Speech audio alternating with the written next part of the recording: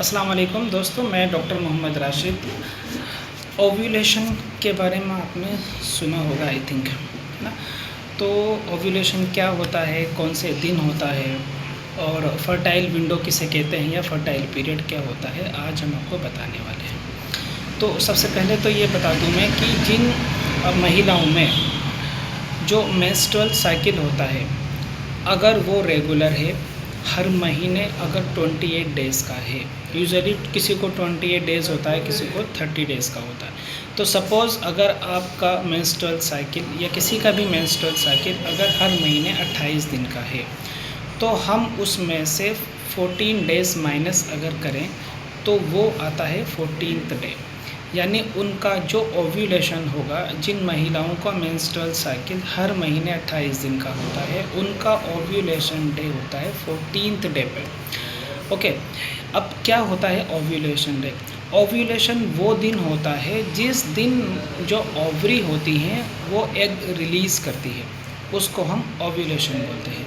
और हर महीने में महिलाओं में एक दिन ऐसा आता है जिस दिन उनकी ओवरी एग रिलीज़ करती है, उसी को ओव्यूलेशन कहते हैं। और उसी दिन को हम आपको बताना चाह रहे हैं कि वो दिन क्या कहलाता है और क्या उसका इम्पोर्टेंस है। तो उसका जो इम्पोर्टेंस होता है वो ये होता है कि उस दिन महिला में प्रेगनेंसी के चांस बहुत ज़्यादा होते हैं, अगर वहाँ पर स्पर्म ऑलरेडी प्रेजेंट है, या फिर उस दिन अगर वो अपने पार्टनर और अपने हस्बैंड के साथ कांटेक्ट में आती हैं, तो उस दिन उनको प्रेगनेंसी कंसीव करने के चांसेस बहुत ज़्यादा होते हैं। अब बात करते हैं हम फर्टाइल विंडो या फर्टाइल पीरियड की क्या होता है। तो जो ओव्यूलेशन होता है उस दिन से 2-3 दिन पहले, यानी कि अगर आपको ओव्यूलेशन 14th डे पे हुआ है, तो जो आपका 13th एंड 12th डे है वो, और जो 15th और 16th डे है वो, और हम इसको 2 या 3 दिन कैलकुलेट करते हैं, तो 3 दिन पीछे और 3 दिन आगे लेने से जो इस तरह से 12th to 19th डे, यानी कि 12 से 19 दिन का जो ड्यूरेशन है, जो गैप है, उसको हम फर्टाइल विंडो या फर्टाइल पीरियड कहते हैं। इन दिनों प्रेगनेंसी होने के चांसेस बहुत ज़्यादा होते हैं। चूँकि ये तो उनके लिए बताया जिनको ओव्यूलेशन जिनका मेंस्ट्रुअल साइकिल 28 दिन का होता है। सपोज़ अगर किसी का मेंस्ट्रुअल साइकिल 30 दिन का है, तो चूँकि 30 दिन का मेंस्ट्रुअल साइकिल है, तो हम उसमें से क्या करते हैं, 14th डे यानी 14 दिन माइनस करेंगे 30 में से, तो 16th डे उनका ओव्यूलेशन होगा। तो जो 16th डे ओव्यूलेशन है वो उनमें उस दिन ओवरी एग रिलीज़ कर रही है, उस दिन कंसीव के चांसेस सबसे ज़्यादा हैं। लेकिन फर्टाइल पीरियड की अगर हम बात करें तो 16th डे से 3 दिन पहले और 16th डे के 3 दिन बाद ये उनका फर्टाइल पीरियड और फर्टाइल विंडो हुआ। इन दिनों प्रेगनेंसी या कंसीव करने के चांसेस बहुत ही ज़्यादा होते हैं।